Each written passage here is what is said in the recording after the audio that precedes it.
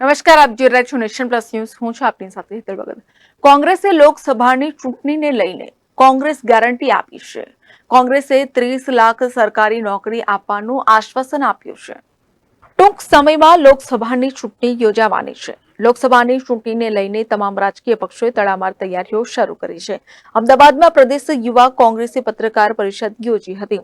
તેમાં જણાવ્યું હતું કે કોંગ્રેસે સરકારી નોકરી આપવાની ગેરંટી આપી છે. કોંગ્રેસે 30 લાખ સરકારી નોકરી આપવાનું આશ્વાસન આપ્યું છે.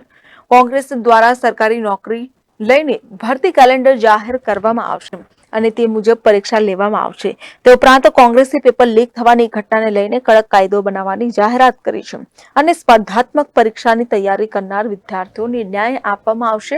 તો લોકસભાની ચૂંટણી અગાઉ કોંગ્રેસ દ્વારા દરેક જિલ્લામાં યુવાન રોશની કાર્યક્રમ શરૂ કરાશે. નમસ્કાર. આજની પ્રેસ વાર્તામાં આપ સૌનું હું હાર્દિક સ્વાગત કરું છું. કોંગ્રેસ પાર્ટી જ્યારે બી 2024ની લોકસભાની ચૂંટણીમાં સરકાર બનાવશે ત્યારે કોંગ્રેસ પાર્ટી સંપૂર્ણ રીતે ખાતરી આપે છે કે કોંગ્રેસ પાર્ટી કેન્દ્ર સરકારમાં 30 લાખ નોકરીઓની ખાતરી આપે છે.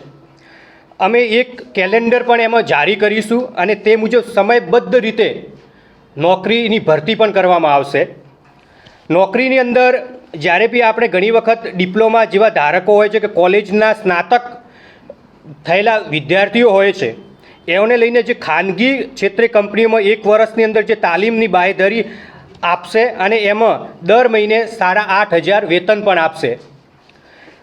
આપણે ઘણી વખત અવારનવાર જ્યારે બી સ્પર્ધાત્મક પરીક્ષાની વિદ્યાર્થીઓ તૈયારી કરતા હોય છે ત્યારે ગુજરાત જેવા રાજ્યમાં તો ખૂબ જ તમને ખબર હશે કે 20 કરતાં પણ વધારે પેપર લીકના મામલાઓ સામે આવ્યા છે. ત્યારે કોંગ્રેસ પાર્ટી કેન્દ્રની અંદર સરકાર બનાવશે ત્યારે જે પેપર લીક જે થાય છે એને લઈને સખત કાયદો બનાવશે અને કોંગ્રેસ જાહેર પરીક્ષામાં કોઈ પણ પ્રકારની જે મિલીભગત અથવા કાવતરું અટકાવવા માટે અને પ્રમાણિકતા અને નિષ્પક્ષ ઉચ્ચતમ ધોરણને સુનિશ્ચિત કરવા માટે નવા કાયદાની ખાતરી આપે છે.